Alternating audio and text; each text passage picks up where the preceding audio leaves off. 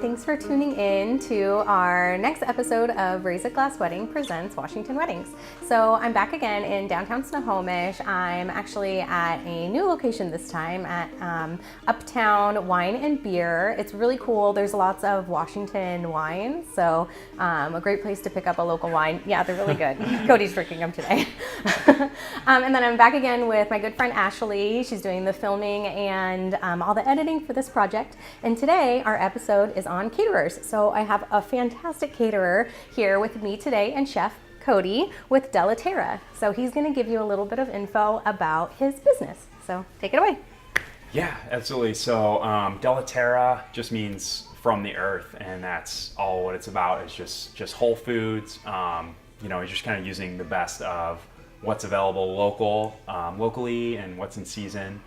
And we're just so lucky to live here in Snohomish, where we're just in the center of all these amazing local farms and stuff. And it's really just a fun way to cook. And as opposed to kind of the way I learned early in my career from caterers of just buying mass production and not really caring where it comes from. This is a total kind of 180, really, because we're just using whatever the farmers have, whatever's perfect at the moment, and then just basically keeping it simple and just not screwing it up. That's the goal. It's already perfect. Della Terra started, I guess, about just over a year ago. Started right here. We're 2 streets down over on Avenue C, the former Hungry Pelican. It's the kitchen we work out of. And we do mostly catering, so all sizes, but we wanted to kind of not be what you think of when you think of catering. Sometimes catering, I almost didn't want to call it catering because it's just kind of the connotation of really kind of bland, mass-produced food. This is all made from scratch, using really great ingredients. I guess catering's the biggest part of it. Weddings, we've worked together on some stuff, weddings and events, and different kind of pop-up dinners, like with local winemakers, that kind of thing, some cooking classes. But it's all about just using what's good, what's in season. It's super fun way to cook. That's what I love about your business, and that's what really drew me to it the first time. Is I was like, oh, you just like local ingredients, helps local businesses, totally. And I love that community aspect of it. So I really, really love your business, and then the food is fantastic, so that helps. But the cooking classes are also really fun too. So my husband and I are going to sign up for one this fall, and they're really unique. I actually did one with my 2018 couples, a few of my couples, and we did a cooking class with Cody, and it was really, really fun, and it was a nice way for them to take a break from wedding planning and be able to just like go have a nice date night. So we made lasagna. We made 2 different types of lasagna, and it was really good. We had a great time. So those are some fun things that you can learn about with Cody's business. So, okay, Cody. So what are the types of foods that you generally serve at a wedding or event that you are hosting? Yeah, totally. It really, I guess, just depends, right, on the bride and the groom. Mm-hmm.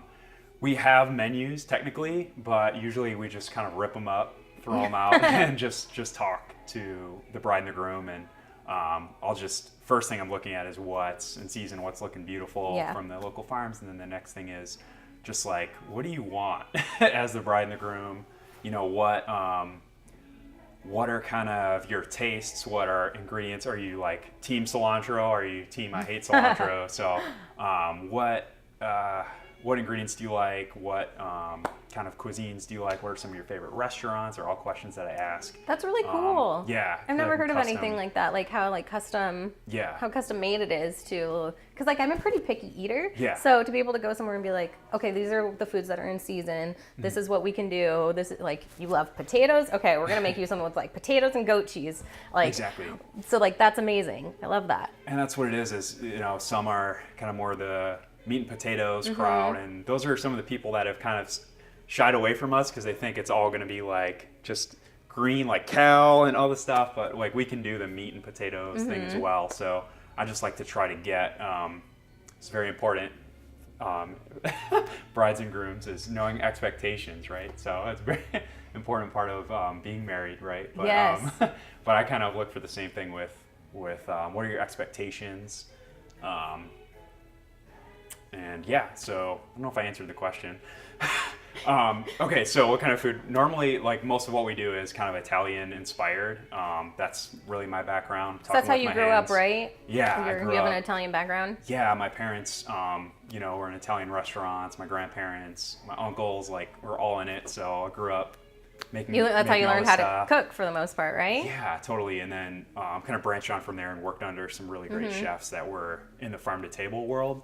So now I'm kind of merging the two, and like, even if it's not necessarily Italian food, it's that Italian mentality of like using what's available, like living off the land and family cooking real style, food and getting back to the table, right, and just sharing life and good food together and stuff. So, yeah, wonderful. I love it. It's super fun.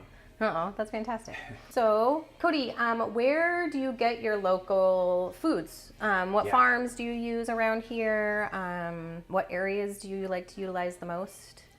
Yeah, so I learned a lot from working at 21 Acres when I first moved here. It's a cool place. 21 Acres is fun, yeah. If you haven't been out there, you guys, 21 Acres out in Woodinville is kind of this like Tuscan villa looking place, but it's also got an amazing farm market. They do some cooking classes there as well, and that's where I learned about a lot of local farms and producers to source from.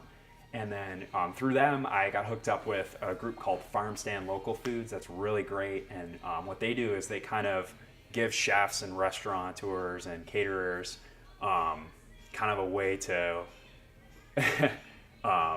source like I used to, like a lot of chefs do, where you can order from one person and have them deliver everything, but they're actually sourcing from the local farms. It's kind of a one-stop shop. So some of the farms that they deliver from are like Skylight Farms, which is here in Snohomish.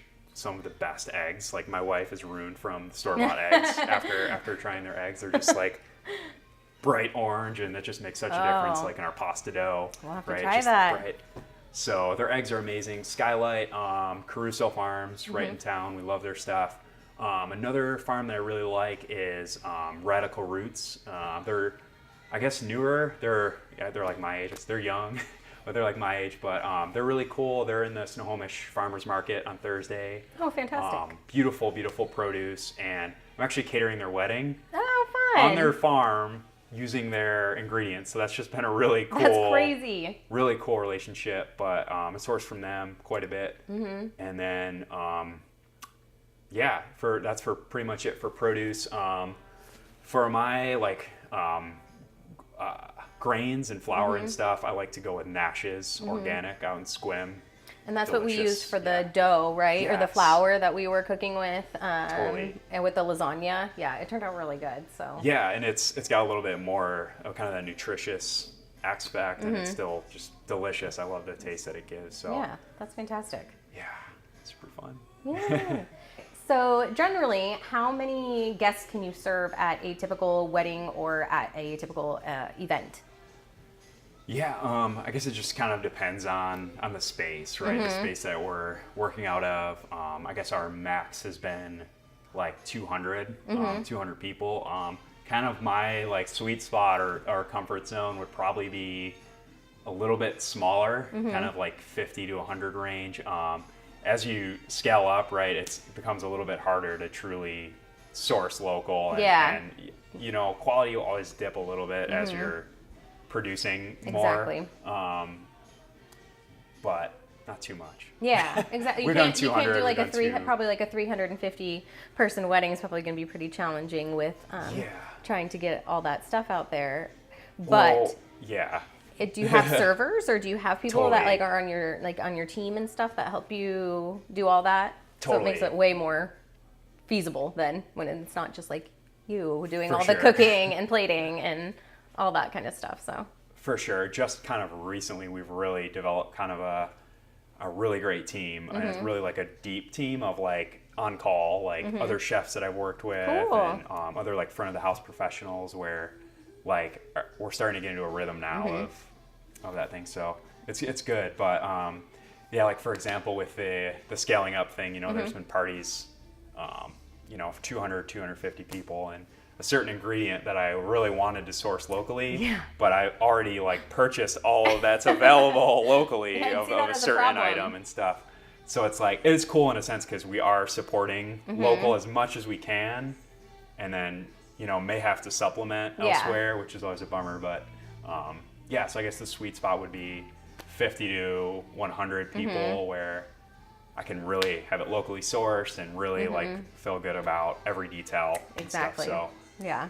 but I like that. So, what is your favorite meal to cook? probably my favorite meal, and something my wife requests like weekly. I think I'm gonna probably make it this week. Is a dish that I came up with last winter, because the winter, like, farm to table is easy right now. Yeah, right? In the there's summer, everything's in available. season, everything's looking beautiful. But in the winter, you know, especially where I'm from, like Western New York, there's nothing, right? In the winter, so have to really be creative to kind of make something delicious and locally sourced in the winter. So I did an event at 21 Acres last year called Get Squashed. It was all about like, yeah, it's corny, That's dad funny. jokes, but like squashing carbon footprint, but also like recipes featuring winter squash, because that's all you really have. in the Yeah. winter. Celery root, like all this gnarly stuff. But I did a dish, winter squash gnocchi. So it was kind of cool because it was like an homage to like my Italian, you know, what I learned from my family, and then like very locally sourced and kind of creative. So it's just like my dream thing. But yeah, this is what I dream about at night, you guys, gnocchi and stuff. All but, that good stuff. Me too, though. But, yeah. I don't cook it though. My husband's the cook in the That's household. good. That's good. Yeah, Yeah. that's perfect. Because I destroy things. Awesome. Well, that's fantastic. That sounds yeah. really delicious. So, Yeah. do you offer that in your cooking class? I think I'm gonna do a gnocchi class this You fall. should. Yeah, like Well, we 4 would different totally take that. ways. Oh, sweet. Yeah, we're going to perfect. sign up for one. We've already discussed it, so we're excited. We want to do Yeah. like a ramen one or something like that. We have to check out what you have to the offer. ramen so. one we will be posting soon. That's with a Japanese chef. That's amazing, Yay. Yuka. And so Super the excited. first few classes were just like me, and I was like, okay, this is enough. Like people heard me blab and talk about food too much, so I got really trying to collaborate now. So Yeah, that's amazing. You know, we have chefs that like Yuka that specializes in Japanese food, but through a very whole food, very seasonal approach. And then we have like my friend Lisa Crawford, who I call the grain whisperer, who like is just amazing with local grains and what to do with them. So we're doing like a bagel class with her. Cool, a and that kind of bagel stuff. So, class. yeah. That sounds sweet, super right? fun. We have a class with a dietitian, nutritionist. We have, you know, the opposite of that. Where we have, you know, your carb load classes and stuff. But yeah, the classes are a good time. It's kind of the same vein of like trying to empower people to cook at home and know what's going into their food and stuff. So yeah, it's just I love good it. times too. Yeah, I love that aspect of your business.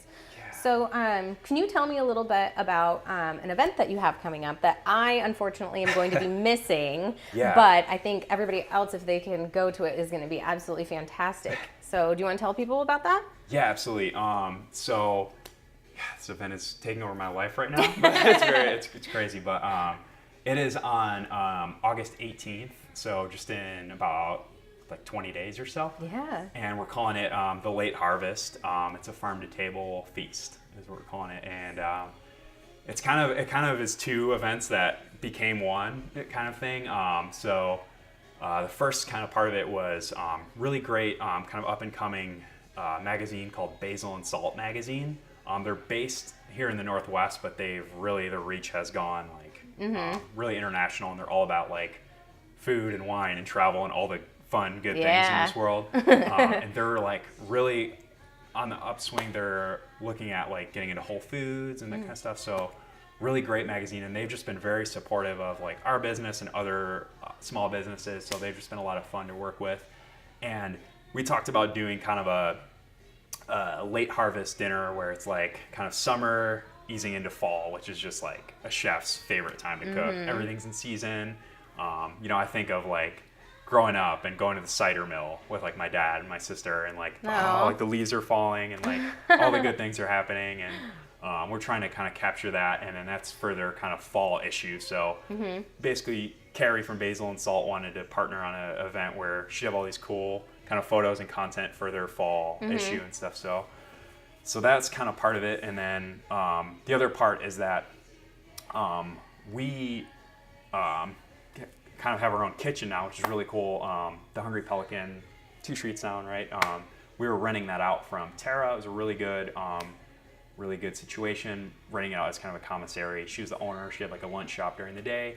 Unfortunately, she kind of had a like family tragedy like 8 months ago or so, and she had like closed, left the business. So I really wanted to. I'm like, well, I don't want to leave. So so we want to stay in Snohomish and stuff. So we're like, okay, so I guess we're taking over the lease and stuff.